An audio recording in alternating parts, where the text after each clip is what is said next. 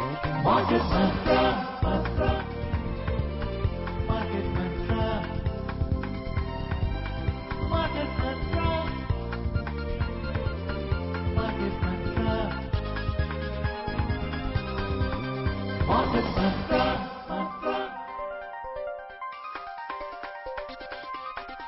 Market Mantra. Welcome to this Wednesday edition of Market Mantra, the program in which we give you a complete update on the economic, business and stock market news of the day. I'm V. Ravi Kumar and with me is my co-anchor in Hindi, Vishal Sharma. नमस्कार, market मंत्र में आप सभी का स्वागत। प्रतिदिन की तरह हम आर्थिक, व्यापारिक और शेयर बाजार से जुड़े ताजा समाचार आप तक लाएंगे और उन पर चर्चा भी करेंगे। चर्चा के लिए आज हमारे साथ ऑनलाइन मौजूद हैं आर्थिक विश्लेषक जयंता दास। जयंता, नमस्कार। कार्यक्रम मार्केट मंत्र में आपका स्वागत। नमस्कार सर। सबसे पहले हेडलाइंस के साथ हैं V Ravi Kumar. Domestic equity benchmarks close with marginal losses. Gold plunges to 52,946 rupees per 10 grams in the national capital and Brent crude prices rise among fall in US crude inventories. घरेलू share बाजार मामूली नुकसान के साथ हुए बंद। दिल्ली सराफा बाजार में सोना लुढ़ककर 52,946 रुपए प्रति 10 ग्राम के स्तर पर आया और अमरीकी कच्चे तेल के भंडार में कमी के बीच ब्रेंट कच्चे तेल के दाम बढ़े।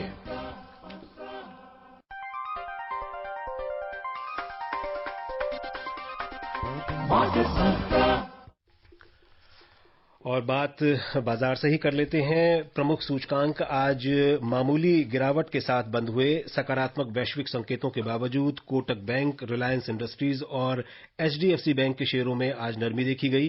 दिन के कारोबार में 38,126 का निचला स्तर छूने के बाद बॉम्बे स्टॉक एक्सचेंज का सेंसेक्स 0.10% के नुकसान के साथ 37 अंक नीचे 38,370 पर बंद हुआ।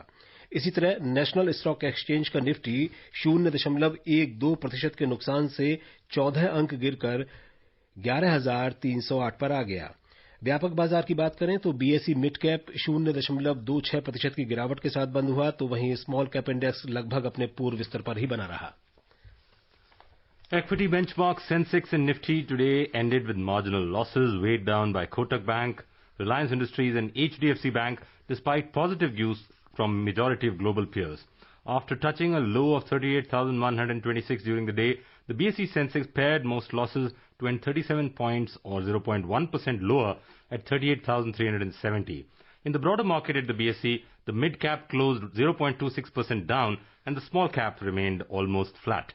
On similar lines, the NSE Nifty slipped 14 points or 0.12% to close at 11,308.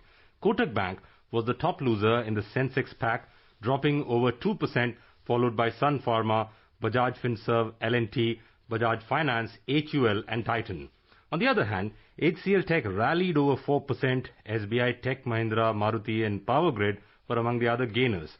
According to traders, market sentiment was weak following lackluster macroeconomic data and concerns over rising coronavirus cases. India's industrial production declined by 16.6% in June on account of disruption in normal business activity following the outbreak of coronavirus pandemic. The number of cases around the world linked to COVID-19 has crossed 2.02 crores. In India, the number of infections has breached the 23 lakh mark. However, due to a strong recovery rate in the country, around 16 lakh and 40,000 coronavirus patients have been recovered from the diseases so far. And to discuss the markets today and the movements of the markets, Avinash Gorakshakar, market analyst, has joined us online. Avinash, welcome to Market Mantra. Yeah, good evening. Avinash, how would you look at the market in the current zone? It seems to be in a yo-yo zone, going up and then coming down. How would you analyze the medium-term, short-term trends of the markets? I think markets will continue to be volatile because, markets are now focusing on corporate results. And I think overall, the markets have seen a very strong kind of, bounce back since the last, month and a half. So I think now some consolidation on an index level is possible. And most importantly, most investors are looking at how most of the managements are commenting on the commentary going forward, because obviously first quarter numbers have been in line with expectations, no major negative surprises. And I think what comes out post the second quarter and the third quarter is going to be important. I think globally, I think everybody is awaiting the second stimulus package, and I would not be surprised that despite a delay on that front. In the very near term, this could be a very big trigger for the markets, especially emerging markets like India, where possibly a 1.5 or $2 trillion package from US, could come in. I would also look at the fact that banks are going to be in focus, because the banks are going to be in limelight, because point number one is, although moratorium levels have come down significantly for both private and PSU banks, the government is seriously thinking of putting in more funds in these banks, offering some more incentives to the PSU banks. So I think you're going to see overall the financial space definitely going to be in limelight. Of course, pharma sector could see a little bit of sellout in the very near term, because prices have moved up quite significantly. So I think net it's going to be a kind of a stock selection market, and the index is not going to go up or down, in a big hurry as of now. Avinash, if you look at where the markets initially fell in the month of March and subsequently seem to have recovered to almost 80% of the levels that they were at their peak. And the pandemic is, of course, hit, and there's still not a vaccine that has come out or a cure. And all the central banks, whether you look at Bank of Japan or the Fed Reserve, has been printing a lot of money. Would you say on a considered basis that the market, or at least some pockets of the market, are in bubble territory, or would you not say that? Yeah, I think my understanding is, that obviously companies which have weak balance sheets, which have got very large debt on the books, are companies where one has to be careful. And, in the last couple of weeks, we have seen that some of these, weaker companies have actually shot up, especially from the mid-cap category. I would believe that is where investors need to be very careful. But overall, I would not be surprised, the frontliner companies like, say, an ICICI Bank or maybe a Maruti or typically a Larsen & Toubro. I think I would not be surprised that markets would definitely be looking at some sort of positive recovery and some sort of a hope coming, for the corona vaccine. It's very difficult to say when it could come in, but, hopefully if it comes by the end of the year, investors would obviously try to focus more on the future. And typically these kind of, breakdowns of the market when, we had the first lockdown on 23rd March, index of 7,500, it's very difficult to say when it could happen again, because liquidity is going to be extremely solid, at least in the month of November. Post-November, what happens, who wins the US elections, and what are the implications for this on US as well as other, emerging markets is something which is difficult to say now. But I would believe that the next 2-3 months would obviously see this strong momentum, largely because of the liquidity, rally, and most central banks commenting very clearly that they are going to pump in more, money by printing money, and they wouldn't, lose that momentum there.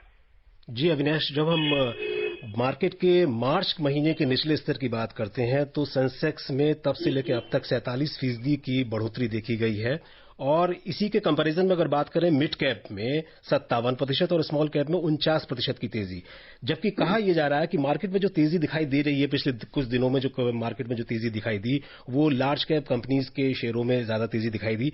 तो ये जो आंकड़े बता रहे हैं कि 57% और 49% की तेजी, यानी कि सेंसेक्स से बेहतर प्रदर्शन मिड कैप का और स्मॉल कैप का देखा जा रहा है, इसको आप कैसे देखते हैं? नहीं, बिल्कुल आपने सही कहा कि पहले जब इनिशियली मार्केट चढ़ा तभी फ्रंटलाइन कंपनीज बढ़ी, लेकिन अभी जो माहौल है, इन्वेस्टर्स जो बड़े एचएनआईज है, इंस्टीट्यूशंस है, रिटेल है, वो डेफिनेटली इंडेक्स के बाहर कंपनीज को देख रहे हैं, और यही शायद आगे का ट्रेंड भी रहेगा, क्योंकि इंडेक्स एक पूरी तरह से पिक्चर दिखलाता नहीं है। और यही एक कारण है कि आपको छोटे कंपनीज में, मीडियम साइज कंपनीज में, मिड कैप कंपनीज में ये जो प्राइस एक्शन है, जहाँ पे भी कंपनी के नतीजे अच्छे हैं, कॉमेंट्री अच्छी है, वहां पे इन्वेस्टर्स को काफी पॉजिटिविटी मिली है, और शायद इंडेक्स के बाहर ही आपको आगे आने वाले 1-2 महीने में एक्शन ज्यादा देखने को मिलेगा। तो ये जो तेजी का माहौल है, ये प्योरली बबल नहीं है, कहीं बबल हो सकता है, लेकिन कई बार अच्छे नतीजे के बाद, अच्छी कमेंट्री के बाद शेयर चला है। तो ये ट्रेंड मुझे लग रहा है आगे 1-2 महीने भी चलेगा, और इसमें कोई दो राय नहीं है कि अभी इंडेक्स के बाहर ही ज्यादा एक्शन होगा। Avinash, we got some data a couple of days back that equity mutual funds, after many years, had a negative monthly outflow of almost $500 million, whereas for many months, this is a net outflow. And for many months, we always saw that almost $1 billion was sustainedly coming in through the SIP route. So what do you think could be the reason? Because there's another set of data that's coming in that the number of demat accounts that are opening are probably at a all-time high. So are people moving from investing in equity through mutual funds to direct equity, or is there some other pattern that you see here as an expert? No, I think, SIP flows have come down is definitely a negative sign, but you must understand one thing that, we have been seeing these kind of, ups and downs for the SIP flows, for quite some months. if these flows continue to be negative for the next, say, 3, 4 or 5 or 6 months, then definitely it's going to be a negative, kind of sentimentally kind of a development for the overall growth of the equity market, because obviously, mutual funds are big buyers on the market. But to counter this, I would like to say that, clearly direct equity investors have also increased significantly, both from a trading as well as from an investment perspective. And this data is confirmed, by the amount of demat accounts CDSL, and NSDL have opened in the last 2 to 3 months.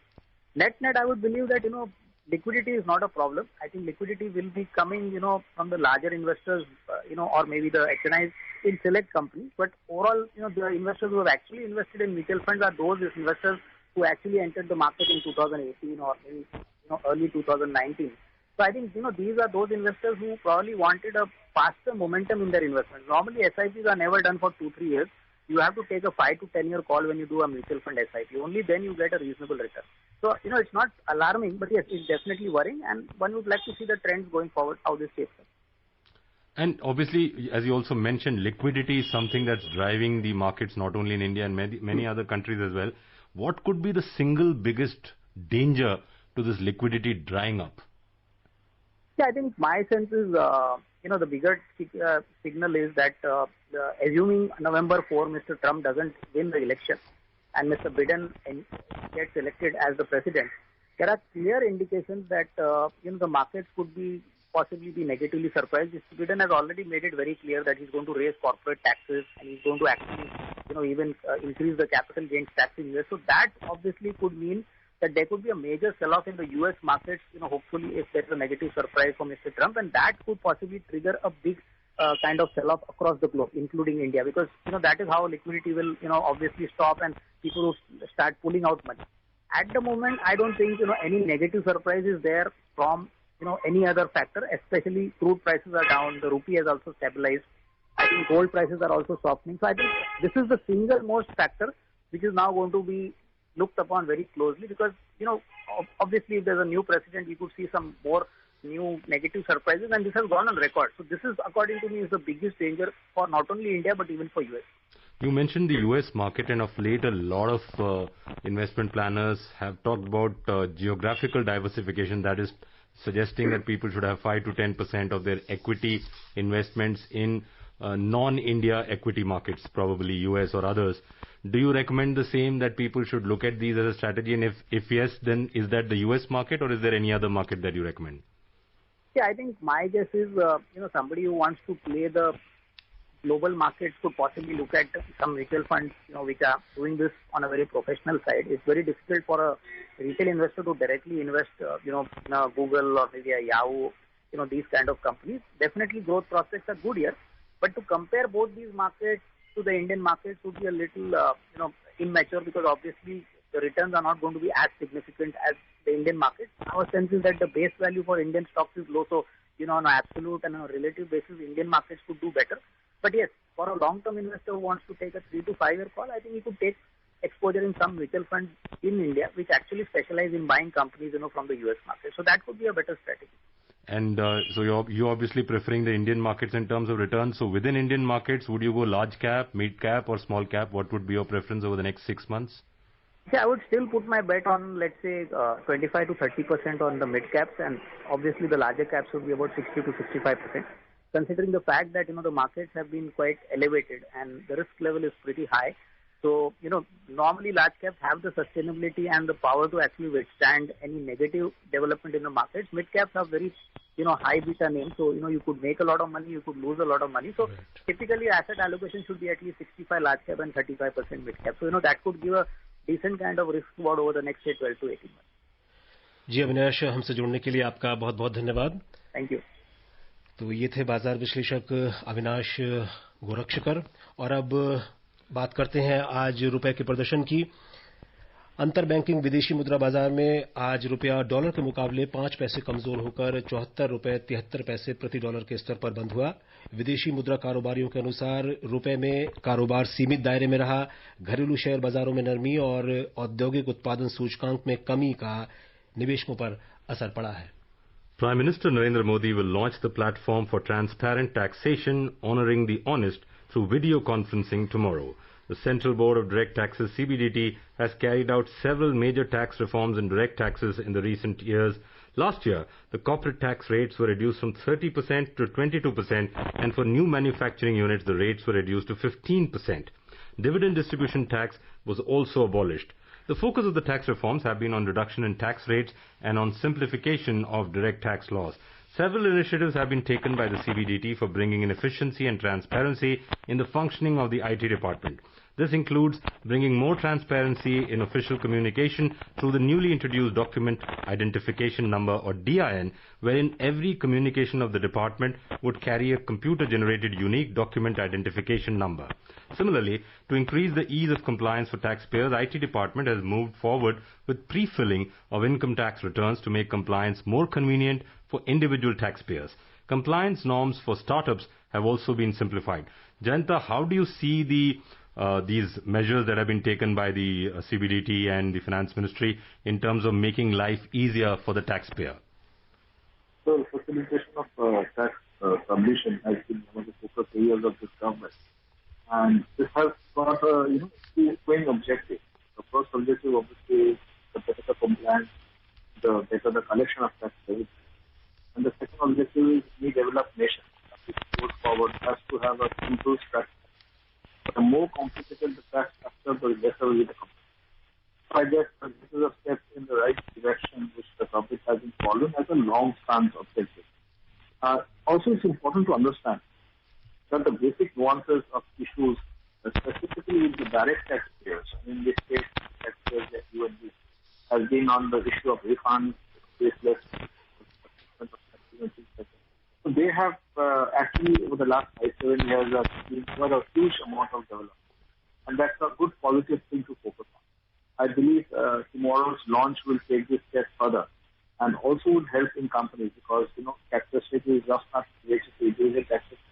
It's also an important part to see how corporate ease of doing business, specifically the taxation and this. And I guess this will be, in that sense, a big. Well, we seem to be having some trouble with the network on the line with Jayanta. We'll try to probably get a clearer line. Next thing, let's move on to the Asian market and let's see what's happening in the Asian market. जी रवि, एशियाई बाजारों की बात करें तो एशियाई share बाजारों में कारोबार आज सीमित रहा। नोवल कोरोना वायरस से प्रभावित अमेरिकी अर्थव्यवस्था को सहारा देने के लिए एक और बड़े वित्तीय प्रोत्साहन पैकेज पर अमेरिकी सांसदों के सहमत होने को लेकर जारी अनिश्चितता का असर एशियाई बाजारों पर रहा। वैक्सीन तैयार होने की उम्मीद से कुछ निवेशकों ने सुरक्षित माने जाने वाले सोने और सरकारी बॉन्ड्स में निवेश को कम करते हुए शेयर बाजारों का फिर से रुख किया है। दक्षिण कोरिया का कोस्पी आज 0.6% चढ़ा। सिंगापुर के स्ट्रेट टाइम्स में 0.8% की बढ़त रही और जापान के निकेई में 0.4% का उछाल आया। हांगकांग के हैंगसेंग में 1.4% की वृद्धि दर्ज की गई, जबकि चीन के शंघाई कंपोजिट इंडेक्स में 0.8% की गिरावट आई। यूरोपीय बाजारों में अंतर्दिवसीय कारोबार में लंदन के फुटसी में 1.4% की बढ़त देखने को मिली। फ्रांस के कैक में 0.6% और जर्मनी के डैक्स में 0.1% की मामूली बढ़त देखी गई। If you look at the US market, the S&P 500 ended lower yesterday, reversing course late in the session after comments about a stalemate in talks over a fiscal stimulus deal. The benchmark index has been higher for much of the session, coming within striking distance of its closing record high from February, before the onset of the US coronavirus crisis that caused one of Wall Street's most dramatic crashes in history. The Dow Jones Industrial Average fell 0.4%, the S&P 500 declined 0.8%, and the Nasdaq Composite Index plunged 1.7%. Jayanta, are you online with us? Yeah. Jayanta, looking at the US market has almost, if I look at it, almost an 11-year bull run and doesn't seem to be ending. And of course, crazy money being printed by many central banks, including the Fed Reserve. Our stock expert Avinash Gorakshakar had held the view that the elections in November would have a signaling effect to the markets in terms of who comes in, and that would obviously probably impact corporate taxation levels in the US. How do you see the US markets moving in the next 6 months, and what are the headwinds and tailwinds? Well, typically, I guess, Ravi, the focus right now for the US market is not for 6 months, but still what's going to happen till the election. And I strongly agree to the point that the way the government is on a transport in terms of making positive announcements, the market will show up because it's the election year, and the next 2.5 months are very crucial for this government to ensure that the markets do well and behave well. That's having said. The other part is the relief package, which has got delayed, although now the President has issued an executive order for the continuance of the package among states. But I guess that's also going to come into offing, and as soon as the relief package is announced, we'll be seeing another round of support in the market. The Standard & Poor's 500 has reached its historic highs, almost touching point, so I guess that will be achieved in the next 10 to 12 days, if not as early as 6 weeks. So all these positives put forward, I guess the U.S. markets are looking quite keen in terms of going ahead. Now, specifically, stocks, if we talk of the U.S. stocks and specifically their stocks, the FANG sector, which is basically Facebook, Amazon, Apple, Netflix, and Google, they have also done extremely good returns over the next 3-4 months. Another good news which has been coming in the last few days and which has been fueling interest in the U.S. stock market heavily is the listing of Airbnb, which is rumored to be said that they are ready with the documentation process. Now, here is an important development, Ravi. If you watch it closely, given the travel and tourism industry has been hit very badly, and despite these situations, if Airbnb is ready to list, it speaks of a very, very focused positive outcome in the next 6 to 8 months. So I guess that will be, if not anything, a milestone listing for Airbnb if they manage to do a listing, if the rumors are believed to be. Also in terms of figures, the airline industry always down 70% in terms of travel. But this Sunday they have recorded around 8 lakh passengers flying on a single day, which has been higher than the 17 March levels. So these sorts of small green shoots have brought in a huge interest, but the overall drive of the market to go upwards, I guess, will remain, specifically with the series of executive orders or announcements which the present government is taking, keeping the political situation. जी जयंता, हम आपसे एक आग्रह करना चाहेंगे कि आपकी आवाज थोड़ी सी स्पष्ट नहीं आ रही है। अगर आप ओपन स्पेस की तरफ आकर के बात करें तो हमें लगता है कि श्रोताओं तक अच्छे से आवाज आपकी पहुंच पाएगी। And the couple of things that you mentioned, Jayanta, one is you mentioned the FANG stocks and the great returns they have given, and you mentioned the Airbnb issue. There's a long debate a recent debate in the US market, especially about the tech stocks and the value stocks. So the travel industry or the tourism industry or the entertainment industry, even the restaurant industry, a lot of these stocks have really fallen because of obvious reasons, because people are not going to airports, they're not going to restaurants. So there are a lot of value stocks available in that area, whereas tech seems to have just continuously moved up, and probably, as some people say, probably moved up too much. So where do you weigh in on that? Would you still go with a FANG kind of a stock, or would you probably look at these value opportunities in the travel, tourism, entertainment kind of industries? Well, let me tell you, if you take a focus on how globally, most of the big government funds as well as pension funds are investing in their stocks, the overall, big bets are still lying on with the tech stocks. As I say, so around $57 billion by the Australian government has been invested in the FANG itself.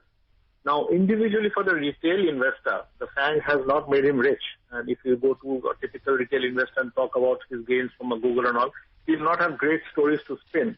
But if you look at a wholesome view in terms of, big $1 billion being pumped in and things like that, so they are still strongly confident of how FANG and tech stocks will perform. Now, I completely agree with you when you say that, they have been, overbought, and the chances of them, letting off some steam is much more there. But I guess that will have to wait till November.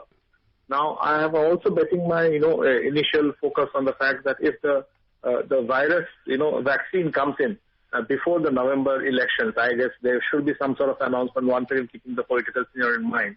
Then the specific stocks which you are speaking of in the healthcare sector and all, because there's no doubt around 11 sectors, major sectors are still highly in the negative in the US. I think they would also have an adequate headroom, at least in terms of investor interest, being taken, and they are rising up, which need not correlate with how fast they grow in the overall present situation in terms of businesses. But yes, in terms of investor confidence, that would come back, and I think that's a good starting point. जी जयंता, और अगर वापस हम घरेलू अर्थव्यवस्था की बात करें तो औद्योगिक उत्पादन के ताजा आंकड़े कल जारी किए गए और जून 2020 में देश के औद्योगिक उत्पादन में 16.6% की गिरावट रही। हालांकि मई महीने में जो 34% की गिरावट दर्ज की गई थी उससे ये बेहतर है। तो ये स्थिति आप इसको कैसे देख रहे हैं? आने वाले दिनों के लिए क्या संकेत हैं इसमें? देखिए, अभी जो देश का जो स्थिति है इस वक्त कोरोना वायरस लेके, और एम्स का डायरेक्टर अभी मैं एक न्यूज पढ़ रहा था, आज का न्यूज है, जहां पर उन्होंने बताया कि अभी हमारा देश प्लेटो स्टेज में भी नहीं पहुंचा, तो we are still on the uphill curve. अब ये हमें देखना पड़ेगा हम हॉटस्पॉट्स कैसे संभाल पा रहे हैं देश में। हम सबको पता है जो न्यू हॉटस्पॉट खास करके दक्षिण भारत में आया हुआ है वो काफी चिंता का विषय है, जिस तरह का आंकड़े आ रहा है। ये जरूर है कि कुछ शहर में जहां पे पहले से हॉटस्पॉट एग्जिस्ट कर रहा था वहां पे कुछ कर्व थोड़ा बहुत कंट्रोल हुआ है, दिल्ली बॉम्बे जैसे बड़े शहरों में। लेकिन फिलहाल मैं मानता हूं कि इंडस्ट्री क्षेत्र में अगर हम बात करें, ये पूरी तरह से निर्भर करेगा कि अगले 2 महीने में ये हॉटस्पॉट्स कैसे मैनेज हो रहा है, और उसके ऊपर निर्भर करेगा मतलब उद्योग का जो अलग से एक्टिविटी है या अलग से जो डिमांड है उसमें किस तरह का विषय करेगा। लेकिन हाँ, जरूर ये है कि बात जुलाई के साथ अगर आप कंपेयर करें, अगस्त में स्थिति थोड़ा बहुत और अच्छा हो रहा है, जहाँ पे इंडस्ट्री वाइज थोड़ा बहुत मूवमेंट हमें और नजर आ रहा है। लेकिन जैसे मैंने कहा कि कोरोना के ऊपर पूरी तरह से ये निर्भर कर रहा है कि कोरोना का कर्व किस तरह का स्थिति बने रहा है इस वक्त। और जैसे दिल्ली के लिए भी मैं कह सकता हूँ, आंकड़े काफी छोटा है, 92% रिकवरी रेट है, लेकिन भरोसा के साथ कोई भी हम कह नहीं सकते कि ऐसी स्थिति बने रहेंगे अगले 2-3 महीने। तो ये स्थिति हमें अब थोड़ा सा पेशेंटली समझना पड़ेगा और देखना पड़ेगा अगले 2-3 महीने किस तरह से स्थिति बन रहा है या बिगड़ रहा है। If you look at the oil market, oil prices today rose after an industry report showed US crude inventories last week fell more than analysts had expected, bolstering hopes of fuel demand in the world's biggest economy. In intraday trade, Brent crude prices were trading around $45.20 per barrel, while WTI crude prices were around $42.30 per barrel. Jayanta, of course, for the first time since its lows, Brent was at $26 now. Just yesterday, I think it crossed $45 for the first time. However, OPEC released a report today saying that the pandemic will probably have an even bigger impact on the global economy than previously expected. So, in the medium to short term, where do you see crude prices sticking around 40 to 45, or probably could it fall further? Well, I guess when I spoke last week on the oil price band, I guess we will remain in this 40 to 45 band for some time with, intraday and intra-week speculations running high. Basically, given that these sorts of figures, like US inventories have dipped, and all of a sudden the oil price sees some interest and it sees some shooting up. And then again, some news of something like Beirut or Lebanon happening, and oil price is falling off. Now, taking a cue from there, what I believe is to understand that unless there is solid economic activity happening in the ground, there will not be a sustenance of any upward movement in the oil price. So on the whole, I believe that they would be hovering around this $40 levels till that time that oil peaks important milestone globally in how things are happening. But having said that, let me also add on. Germany I think yesterday only they did a survey which shows that the economic confidence index is better than even the 2014 level. So that to some extent speaks of where Europe is heading. So I guess these are important cues, but they have to be sustained with good numbers. Only a confidence index survey will not do. जी जयंता। और अब कच्चे तेल के बाद बात सोने की कर लेते हैं। दिल्ली सराफा बाजार में आज सोने के दामों में फिर गिरावट देखी गई। सोना 1,228 रुपए सस्ता होकर 52,946 रुपए प्रति 10 ग्राम के स्तर पर आ गया। चांदी भी 5,172 रुपए टूटकर 67,584 रुपए के स्तर पर आ गई। अंतर्राष्ट्रीय बाजार में सोने का मूल्य $1,930 प्रति औंस, जबकि चांदी $25.07 प्रति औंस पर रहे। Quickly, Jayanta, do you think it's time to sell gold or it's time to buy it on dips? Well, I guess we can still go on and buying on some dips. Certainly, if you have entered at these 50,000 plus levels, don't, book profits or your losses at this point of time. Because I strongly believe gold has, some headroom here. Well, we'll have to leave it at that, Jayanta. So you clearly saying that still buying at dips is a good idea. Before we close, a reminder of the headlines. Domestic equity benchmarks close with marginal losses. Gold plunges to 52,946 rupees per 10 grams in the national capital. And Brent crude prices rise amid fall in the US crude inventories. Thank you, Jayanta, for joining us and sharing your views on the stories. That's all that we have in this edition of Market Mantra. Namaskar. नमस्कार। Market Mantra. Market Mantra.